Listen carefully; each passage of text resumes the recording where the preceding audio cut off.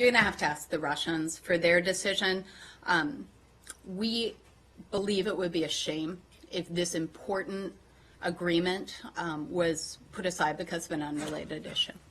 Would you say that this is the lowest point in U.S.-Russian relations? I'm not going to characterize it as that. How would you characterize it? Because, what I would tension say is high, rhetoric about nuclear armament and so on, differences in Ukraine, over Syria, almost everywhere. Would you say that this is really a very low point in U.S.-Russian relations? I think what you see is that in areas where we have commonalities, areas where we can work with Russia, we continue to do so. We've had conversations. The Iran deal is a perfect example on that. DPRK, issues like that. However, we do have sharp differences with Russia, certainly on Syria, on Ukraine, on this issue right now. Where we can work with Russia to benefit the international community and also to increase our own national security, though, we will continue to do so. Okay, wait, are we still on Russia? Russia. Okay, let's do Russia. Are you aware of the arrest of Ukrainian journalist in Moscow 3 days ago when he had a private visit to his close relatives? Yeah, so I have seen those reports being detained in Moscow. Obviously, we're monitoring the situation. I don't have a lot of detail on more of that. I'd actually refer you to the Ukrainian government. Okay. Are we done with Russia? One more. There's a report on Radio Free Europe that 2 U.S. diplomats were drugged in St. Petersburg at a conference last year.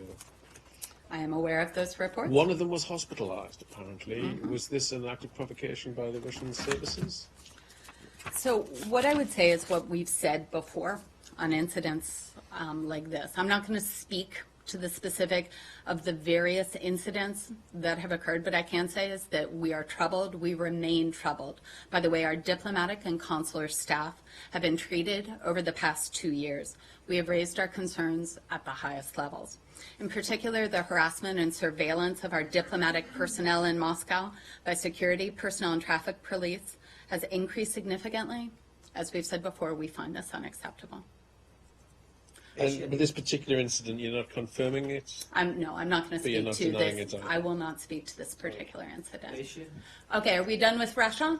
Let's go to Asia. Hello, Tejender. So, with respect to that surgical strike, Pakistani Lieutenant General Bajwa, the Director General of the Inter-Services Public Relations, he took journalists from various outlets and to the LOC, the line of control, in Boxer Foundation, Hot Spring Formation, and showed them that, look, there's no devastation. There's so, and then India is saying there was a surge.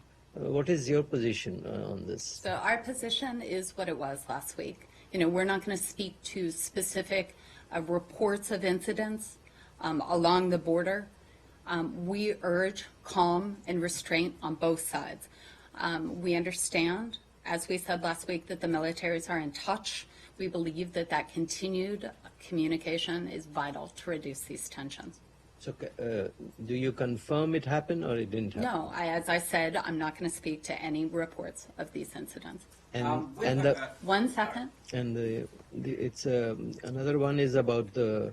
You have any comments on the Paris Agreement, which Indian lawmakers have given a nod and they have technically submitted the instrument to the UN? Yeah, we welcome this. This is fantastic news. India, like many countries, has been working to complete its domestic process as quickly as possible.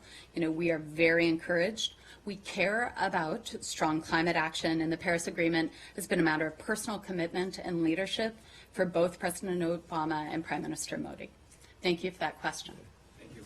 We have heard from this podium that United States is engaged with the leadership of both the countries, Pakistan and India.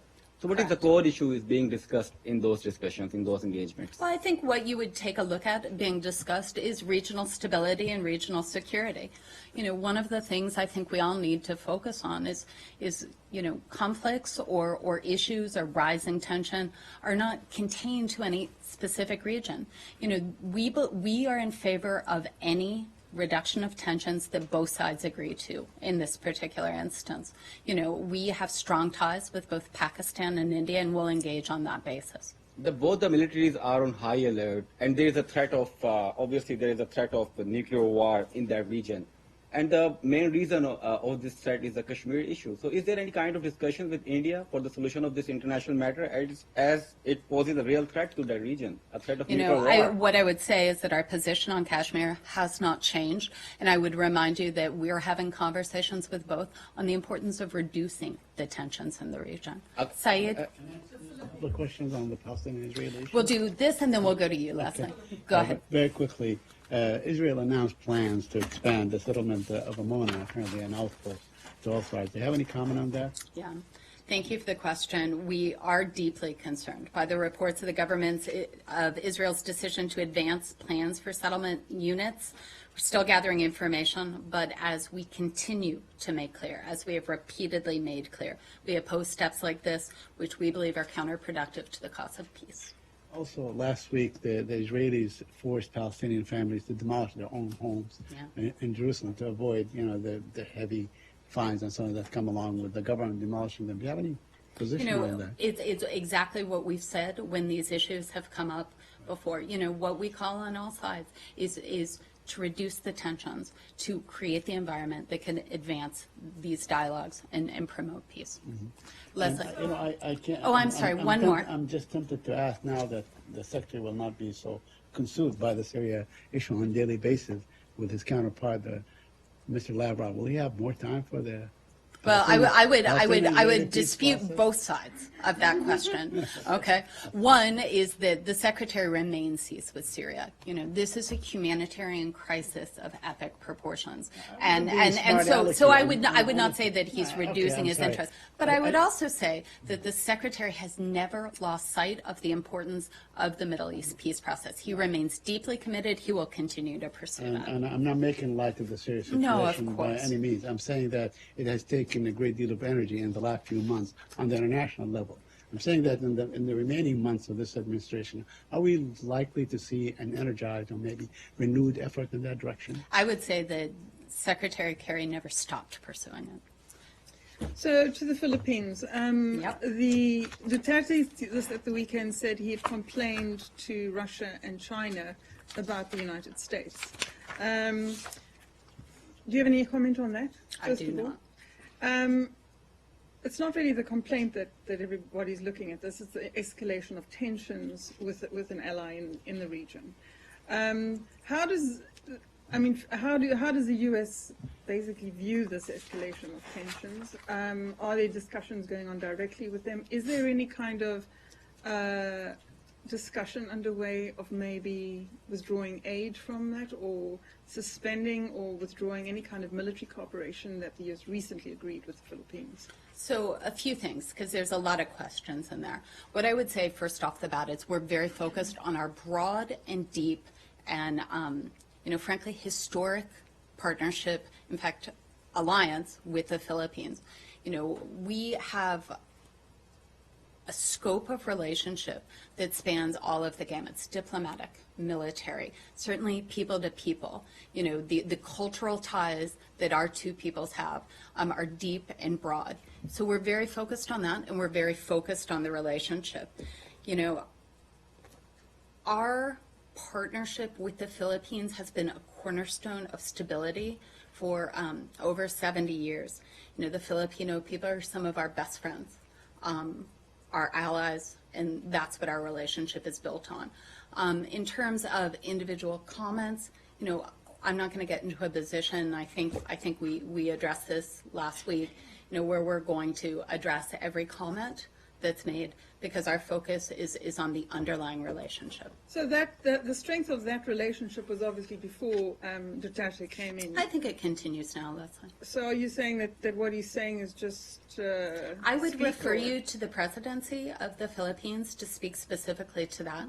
What I would note is we've not been officially contacted by the Philippine Defense Department authorities regarding President Duterte's statement. I'd also note that we'll live up to our commitments and we expect them to live up to theirs. But how can you continue to have a relationship with someone like this who speaks ill of the United States so publicly, demeans the president? Because I think what you do is you look at the breadth of relationship. You look at our long-term partnership and, in fact, friendship with the Philippines, and that's where our focus is. But surely it can't be business as usual between the two of you when he acts like this. I mean, we've spoken has about this it before. in any way you know? changed? I mean, Mark talked about this yesterday, I think, more importantly, No, President, yesterday was I'm Sunday. sorry, it feels like yesterday. President Obama addressed some of this. Where we're really focused, as I've said, is our partnership. Okay. Are we still in the Philippines? I'd like to go to Gambia. Okay. We're all over. So why don't we do the Gambia? Is it true that you have banned visas for all Gambian government employees and people from certain groups related to the government, such as political parties? And is this in response to Gambia's refusal to accept 2,000 deportees? So what you're talking about is recalcitrance. Okay, so I'm going to read a little bit about this because this is a very detailed and technical thing, so again, bear with me. As of October 1st, 2016, the United States and Banjul, the Gambia, has discontinued visa issuance to employees of the Gambian government, employees of certain entities associated with the government, and their spouses and children, with limited exceptions.